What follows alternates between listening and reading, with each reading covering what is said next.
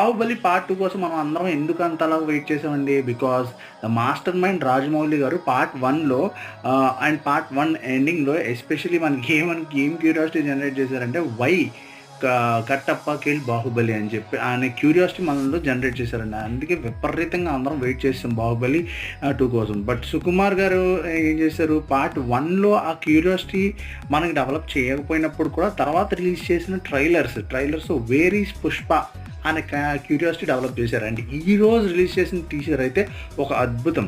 And ఆ teaser ద్వారా మనకేం చెప్పడానికి ట్రై చేస్తున్నారు, they are trying to tell 3 points. Point number 1, Allu Arjun villain షేర్లో దెబ్బ అయిపోతారు. Point number 2, Allu Arjun escape మోడ్లో ఉంటారు. Point number 3, he will come back for revenge. So ఎంత పవర్ఫుల్గా రివెంజ్ ఉంటుందో అనేది మనం వెయిట్ చేస్తున్నామండి.